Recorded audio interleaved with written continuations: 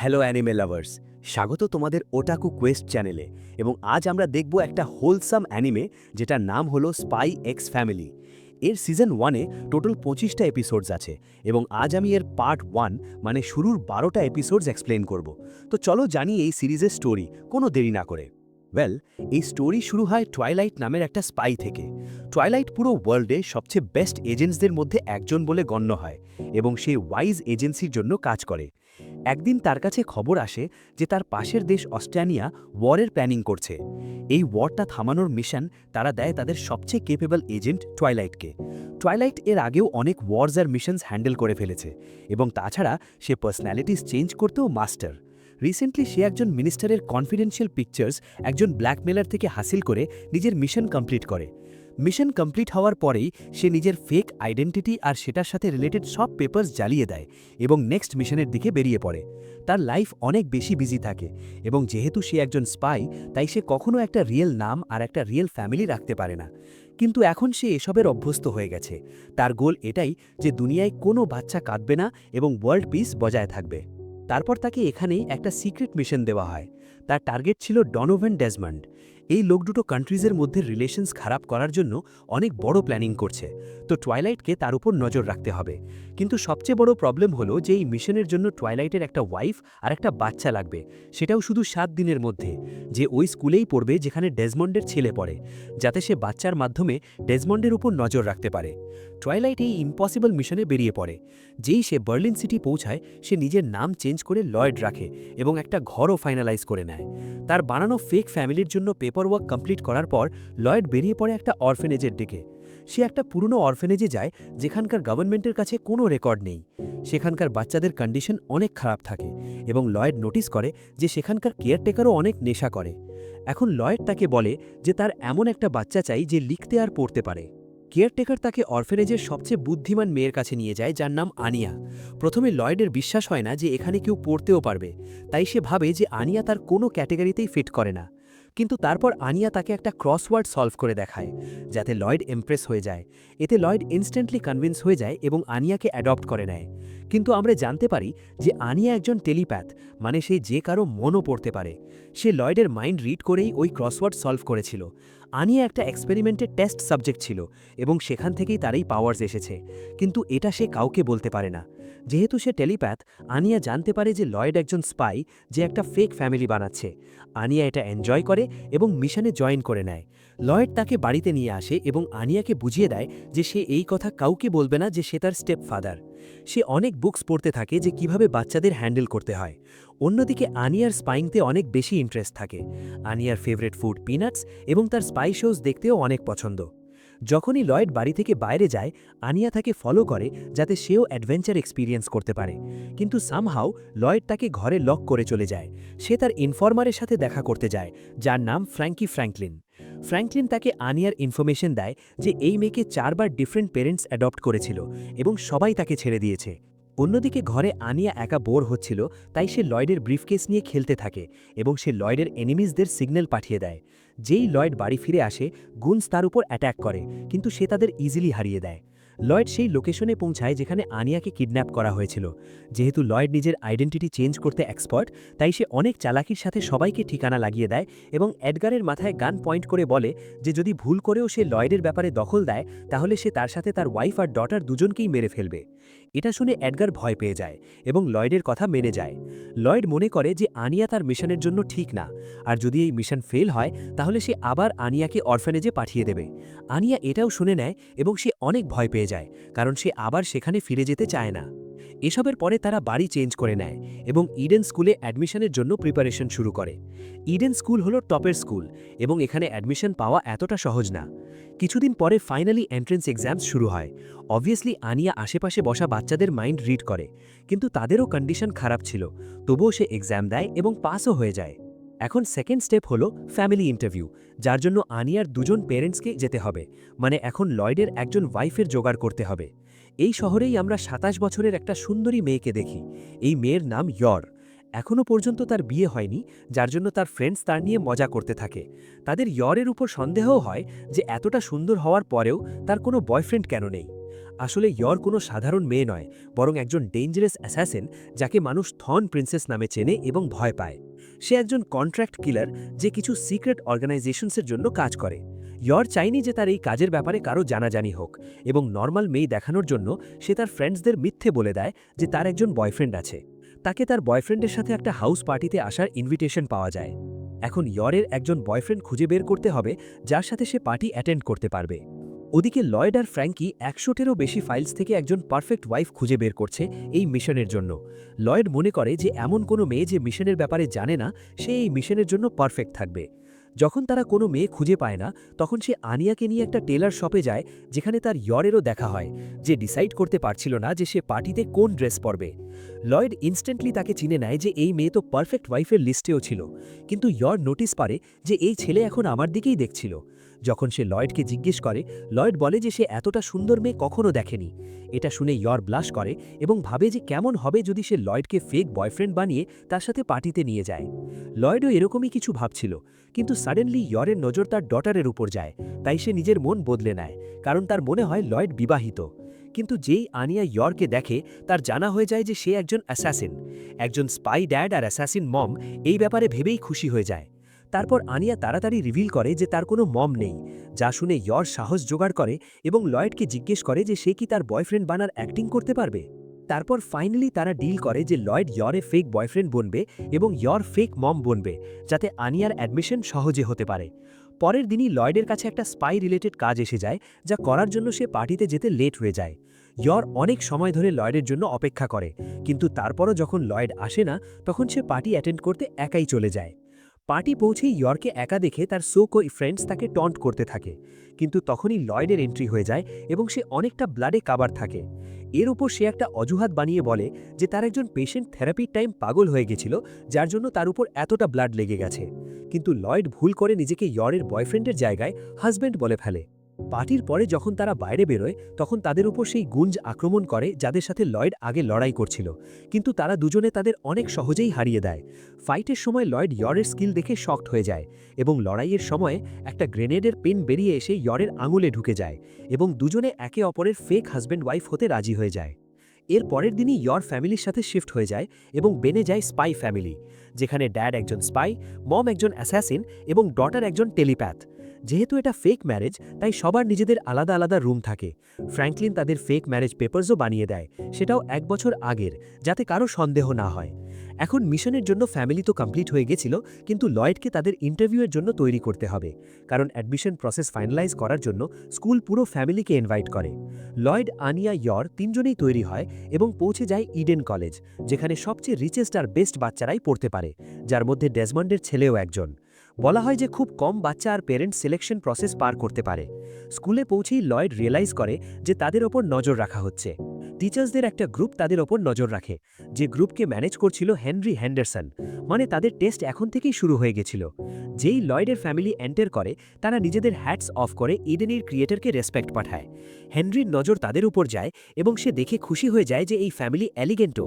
সে টিচার্সদের ডেকে তাদের ডিটেলস দেখতে চায়, কিন্তু আনিয়ার হ্যান্ডরাইটিং এতটাই খারাপ ছিল যে সে ভাবে যে সে তাদের একটু বেশি ওভাররেট করে ফেলেছে। তারপর হঠাৎ একটা বাচ্চা গাটারে পড়ে যায়, তো লয়েড তার হেল্প করে, কিন্তু তার জামা কাপড় খারাপ হয়ে যায়। কিন্তু তারা আগে থেকেই এক্সট্রা কাপড়ের সেট তৈরি করে নিয়ে এসেছিল। হেনরি আবার খুশি হয়ে যায়, কিন্তু এখনও কনভিন্সড না, তাই সে সবার উপর বন্য প্রাণী ছেড়ে দেয়। লর্ড আর তার ফ্যামিলি তাদেরকে বড় সহজেই আটকে দেয়, কিন্তু এখানে তাদের কাপড় নোংরা হয়ে যায়। কিন্তু আমরা জানতে পারি যে তারা আরও একটা কাপড়ের সেট নিয়ে এসেছিল। আর এখন হেনরি পুরোপুরি কনভিন্স হয়ে যায় যে ফ্যামিলি সবচেয়ে এলিগেন্ট। তো এখন টেস্টের পার্ট 1 কমপ্লিট হয়ে যায়, কিন্তু লয়েডের এখনও চিন্তা ছিল যে তারা এত ডিফিকাল্ট টেস্ট পার করতে পারবে কিনা। যদিও তিনি কতবার কান্ট্রিজগুলোকে বাঁচিয়েছেন বা হেরে যাওয়া মানুষের জান বাঁচিয়েছেন, কিন্তু সবচেয়ে বেশি টেনশন আজ তার হচ্ছিল। যদিও জিনিসগুলো এখনও পর্যন্ত একদম ঠিক চলছিল, আর সব এভাবেই চলতে থাকলে আনিয়ার অ্যাডমিশন খুব সহজেই হয়ে যাবে। এখন ফাইনালি তাদের মক ইন্টারভিউ শুরু হয়, আর আনিয়াকে প্রশ্ন করা হয়। আনিয়া বলে যে তার পেরেন্টস খুবই ভালো, আর সে সবসময় তাদের সাথে থাকতে চায়। কিন্তু এখানকার একজন হাউসওয়াইফ কিছু খারাপ প্রশ্ন জিজ্ঞেস করে, যেমন আনিয়াকে তার প্রথম মা বেশি পছন্দ নাকি দ্বিতীয় মা। এই শুনে আনিয়া কাঁদতে শুরু করে, তো লয়েড নিজের উপর কন্ট্রোল করতে পারে না, আর তাদের সামনে রাখা টেবিলে একটা পাঞ্চ মারে, যেটা এত পাওয়ারফুল ছিল যে টেবিলটাই ভেঙে যায়। লয়েড যে সবসময় প্রথমে তার মিশনকে রেখেছে, এইবার সে তার ফ্যামিলি নিয়ে অনেক সেন্সিটিভ হয়ে যায়।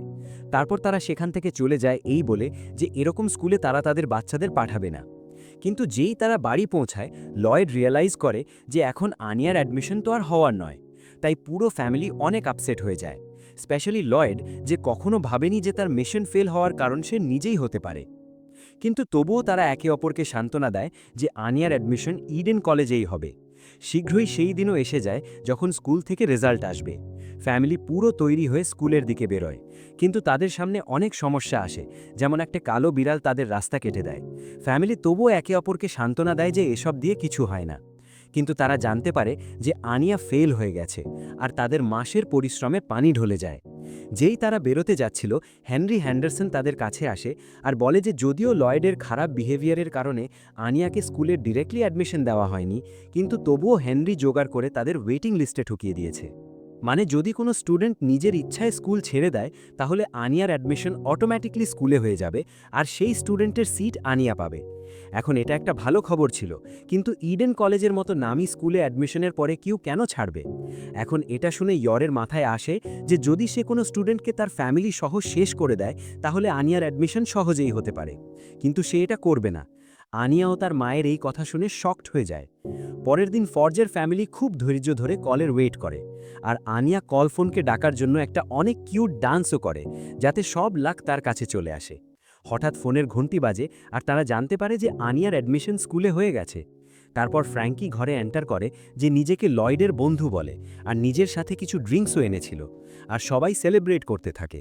এখন ফ্র্যাঙ্কি একটু বেশি পান করে ফেলেছিল, তো সে লয়েডকে বলে যে আনিয়াকেও অ্যাডমিশনের জন্য পার্টি পাওয়া উচিত।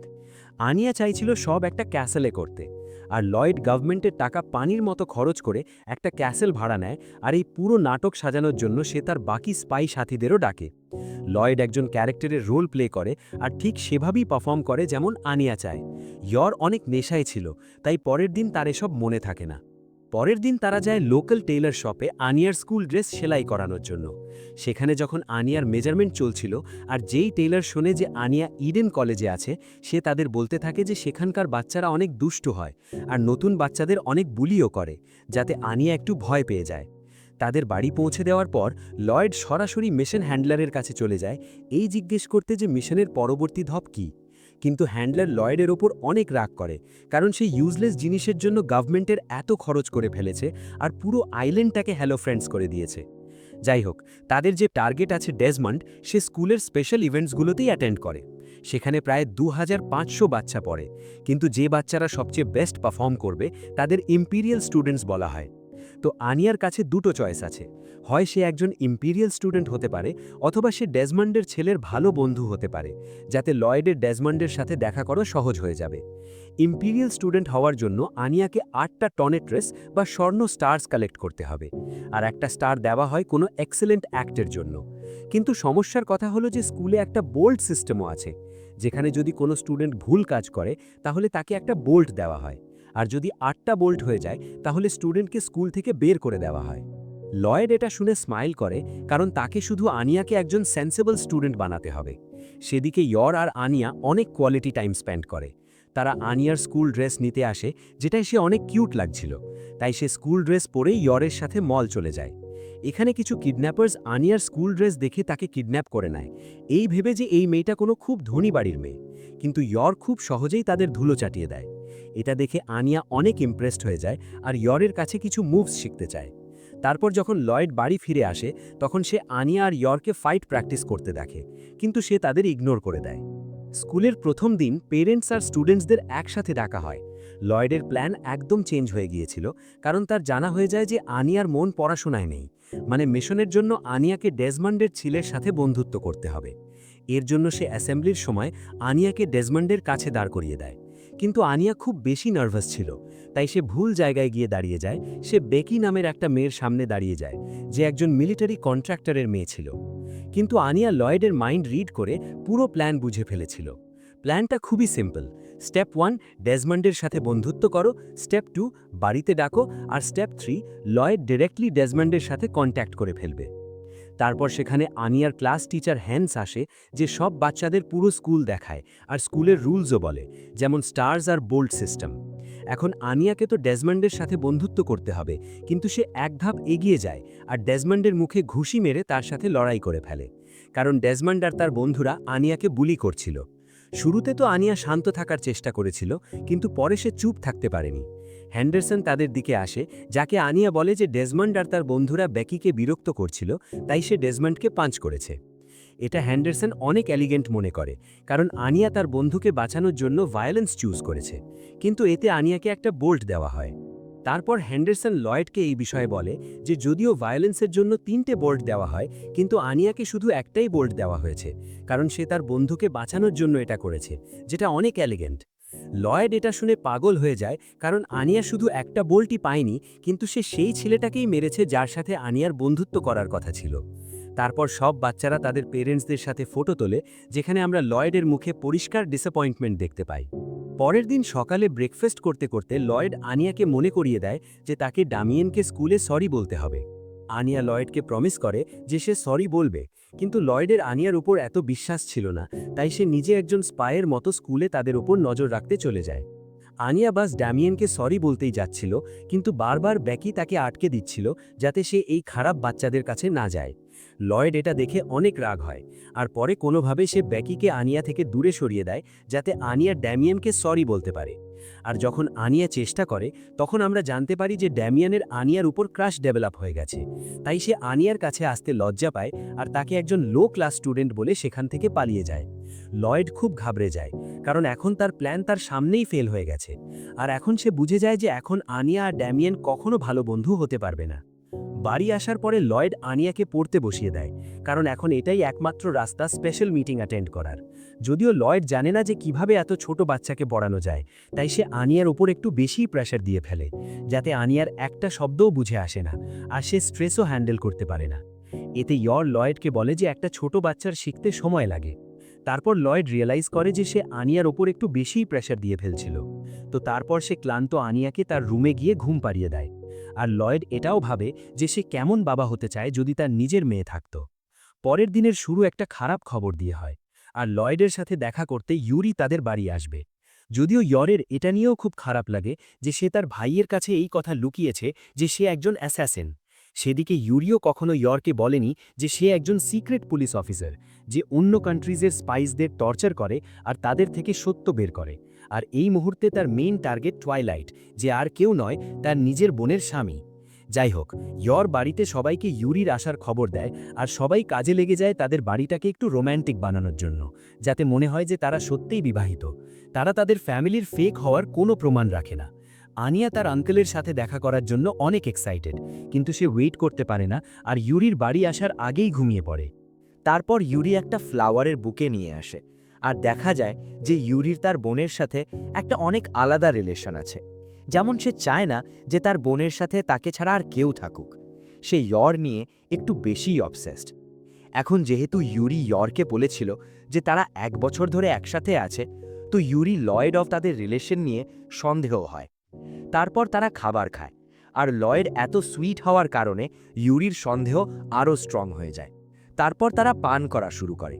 লয়েড ইউরি থেকে তার জবের কথা বলানোর পুরো চেষ্টা করে, কিন্তু যেহেতু লয়েড সবচেয়ে বেস্ট, তো সে সহজেই বুঝে যায় যে ইউরি একজন সিক্রেট পুলিশ। লয়েড আগে থেকেই ফ্র্যাঙ্কি দিয়ে ইউরির ইনফরমেশন বের করিয়ে নিয়েছিল, আর এখন তার পুরো বিশ্বাস হয়ে যায়। ইউরি, যে একটু বেশি পান করে ফেলেছিল, এখন দাঁড়ায় আর লয়েড আর ইয়রকে তার সামনে কিস করতে বলে, যাতে তার বোঝা যায় যে এই দুজন সত্যিই কাপল। প্রথমে তো লয়েড আর ইয়র লজ্জা পায়, কিন্তু যেহেতু এখন তাদের কাছে কোনো রাস্তা ছিল না, তাই তারা বাস কিস করতেই যাচ্ছিল যে ইউরি এটা দেখতে পারে না, আর তাদের মাঝখানেই আটকে দেয়। সে লয়েডের প্রতি অনেক জেলাস হয়, আর তাদের বাড়ি থেকে চলে যায়। পরের দিন ইউরি ভাবে যে লয়েড এতটাও খারাপ না, কিন্তু সব স্পাইস ভালো হওয়ার ভান করে। লয়েডেরও এখন একটু সন্দেহ হতে থাকে ইয়র আর ইউরি দুজনের ওপরেই, কারণ ইউরি শত্রু দেশের একজন সিক্রেট এজেন্ট, তাই এটা অনেক সম্ভব যে ইয়র আর ইউরি দুজনে মিলে কাজ করছে। আর যেভাবেই হোক, লয়েড একজন স্পাই, তো সে কারোর ওপরই বিশ্বাস করতে পারে না, এমনকি তার ফেক ওয়াইফের ওপরেও না। তো লয়েড ইয়রের সাথে কথা বলা একটু কমিয়ে দেয়, আর তার থেকে দূরে থাকতে শুরু করে। ইয়র এই জিনিসগুলো নোটিস করে ফেলে, আর পুরো দিন এই নিয়েই ভাবে যে কোথাও তার কোনো ভুল হয়ে গেছে কিনা। সে ভাবে যে সে লয়েডের ওয়াইফ হওয়ার যোগ্যই কিনা। এতে সে সারাদিন পেরেশান থাকে। বাড়ি ফেরার সময় রাস্তায় তার সাথে দুজন এজেন্টসদের দেখা হয়, যারা সিক্রেট পুলিশ। তারা ইয়রকে তার ভাই ইউরি আর লয়েড সম্পর্কে জিজ্ঞেস করে, কিন্তু ইয়র দুজনকেই প্রোটেক্ট করে, আর তার ইউরির সিক্রেট জব সম্পর্কে কিছুই জানা ছিল না। এরপর সেই দুজন এজেন্টস তাকে যেতে দেয়। সেই দুজন এজেন্টস আর কেউ না, লয়েড আর ফ্র্যাঙ্কি। যখন তাদের ইয়রের ওপর পুরো বিশ্বাস হয়ে যায়, তখন লয়েড আবার বাড়িতে নর্মাল হয়ে যায়। অ্যানিয়া বলে যে তাদের একটা ডজবল ম্যাচ হবে। যে সেই ম্যাচে এমভিপি হবে তাকে একটা স্টার দেওয়া হবে। এই কথা ডেমিয়েনকেও জানা যায়, আর সে তার বন্ধুদের সাথে ট্রেনিং করতে থাকে, যেটা অনেক নর্মাল ট্রেনিং, যেমন সোজা পাহাড়ে কোনো সেফটি গিয়ার ছাড়া ওঠা। সেদিকে ইয়রও অ্যানিয়াকে ট্রেন করানো শুরু করে, আর তাকে কিছু অনেক বিপজ্জনক মুভস শেখায়, যেগুলো হয়তো ডজবলে অ্যালাউডও না।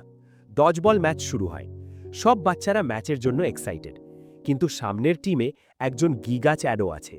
হয়তো তোমরা বিশ্বাস করবে না, কিন্তু এটা শুধু 6 বছরের একটা বাচ্চা, যার নাম বেল। তার শুধু একটা থ্রোতেই অর্ধেক টিম নকআউট হয়ে যায়। এই লোকের কাছে জেতার কোনো চান্স নেই।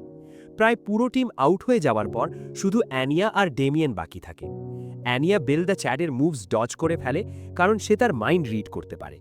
সবাই এটা দেখে অবাক হয়ে যায়। কিন্তু যখন অ্যানিয়ার পা স্লিপ হয়ে যায় আর সে মাটিতে পড়ে যায়, তখন ডেমিয়েন নিজেকে স্যাক্রিফাইস করে অ্যানিয়াকে বাঁচিয়ে নেয়। আর অ্যানিয়া বাস তার সিক্রেট মুভ, যেটা ইয়র তাকে শিখিয়েছিল, সেটা এক্সিকিউট করতেই যাচ্ছিল। কিন্তু সেটা অনেক খারাপ ছিল, আর সেও আউট হয়ে যায়। বিল, যে একাই পুরো টিমকে আউট করে দিয়েছিল, তাকে এমভিপির অ্যাওয়ার্ড দেওয়া হয়। কিন্তু তাকে স্টার দেওয়া হয় না, কারণ সেটা শুধু একটা রুমার ছিল, যেটা বেকি অ্যানিয়াকে বলেছিল। কিছুদিন পরে অ্যানিয়ার প্রথম ক্লাস টেস্ট হয়, যেখানে অ্যানিয়া অবভিয়াসলি ফেল হয়ে যায় সব সাবজেক্টসে। এরপর অ্যানিয়া একটা প্ল্যান বানায় যে সে দেখবে কোন বাচ্চা কোন সাবজেক্টে বেস্ট, আর পরে সে তাদের আনসার্স কপি করবে। লয়েড অ্যানিয়ার মার্কস দেখে আর বুঝে যায় যে অ্যানিয়ার মাথা পড়াশোনাই চলে না। তো লয়েড অ্যানিয়াকে আরও অন্যান্য জিনিসে ট্রেন করায়, কিন্তু সে কোনো কিছুতেই ভালো না। যেমন লয়েড জানতে পারে যে ভলেন্টিয়ার করেও স্টার্স পাওয়া যায়। সে অ্যানিয়াকে নিয়ে হসপিটালে চলে যায়, যদিও সেখানেও অ্যানিয়া সমস্যা তৈরি করে।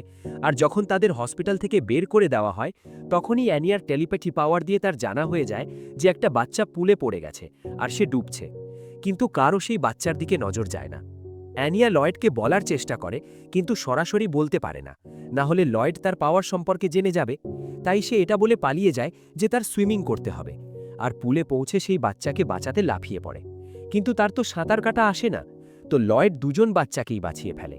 আর এই ইনসিডেন্ট স্কুলে অনেক ফেমাস হয়ে যায়, যেটা থেকে অ্যানিয়াকে 1 স্টারও দেওয়া হয়। ডেমিয়েন ছাড়া সব বাচ্চারা খুশি হয়, কারণ অ্যানিয়া স্টার পাওয়া সবচেয়ে ছোট বাচ্চা ছিল। কিন্তু অ্যানিয়া এখনও তার বাবার মিশন পুরো করতে চায়।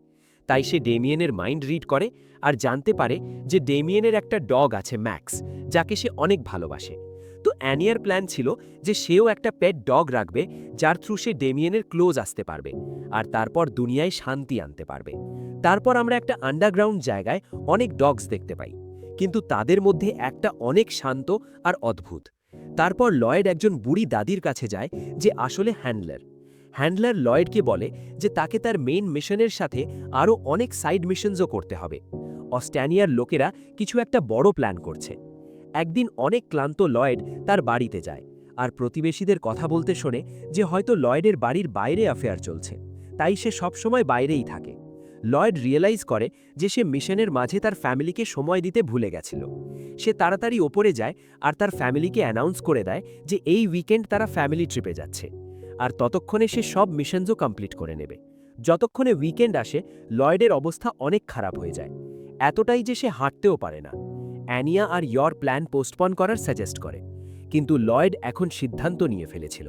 তারা একটা অ্যাকোয়ারিয়ামে যায়, কিন্তু সেখানে তার জন্য আরও একটা মিশন আসে, যেখানে তাকে একটা পেঙ্গুইন খুঁজে বের করতে হবে, যাকে গতকালই স্মাগল করে আনা হয়েছিল। তার ভেতরে একটা ক্যাপসিউল আছে, যেটা অনেক ডেঞ্জারাস। তখনই সেখানে একজন টেররিস্ট আসে, আর সে লয়েডকে মারতেই যাচ্ছিল যে লয়েড তার উপর আক্রমণ করে। টেররিস্ট সেখান থেকে পালিয়ে যায়, কিন্তু অ্যানিয়া তাকে ধরে ফেলে। আর তাদের দেখে ইয়র বুঝে যায় যে এই লোকটা অ্যানিয়াকে কিডন্যাপ করছিল। ইয়র টেররিস্টকে কিক মেরে অ্যানিয়াকে বাঁচিয়ে নেয়। পরে লয়েড অ্যানিয়াকে একটা পেঙ্গুইন সফট টয় কিনে দেয়, আর সব নেবার্সদের বিশ্বাস হয়ে যায় যে লয়েড একজন ভালো ফ্যামিলি ম্যান। আর এইভাবেই এই তিনজন কিছু সময় স্পেন্ড করে, আর পার্ট 1 এখানেই এন্ড হয়ে যায়। কিন্তু অ্যানিয়া কি সেই ডগের সাথে বন্ধুত্ব করতে পারবে? সেই ডগটা আসলে কি ছিল? অ্যানিয়া কি স্টেলার স্টার্স পাবে? আর লয়েড কি এই মিশন পুরো করে বিশ্বশান্তি কায়েম করতে পারবে? এটা জানার জন্য পরের ভিডিও একদম মিস করবে না। ভিডিওটা ভালো লাগলে লাইক আর শেয়ার করো, আর কমেন্ট করে বলো যে তোমাদের এই ভিডিও কেমন লাগলো। আর যদি তোমরা আমাদের চ্যানেল ওটাকু কোয়েস্টকে এখনও সাবস্ক্রাইব না করে থাকো, তাহলে সাবস্ক্রাইব করে বেল আইকনটা চাপো, যাতে তোমাদের আমাদের কোনো ভিডিও মিস না হয়। দেখা হবে তোমাদের সাথে পরের ভিডিওতে। Bye bye.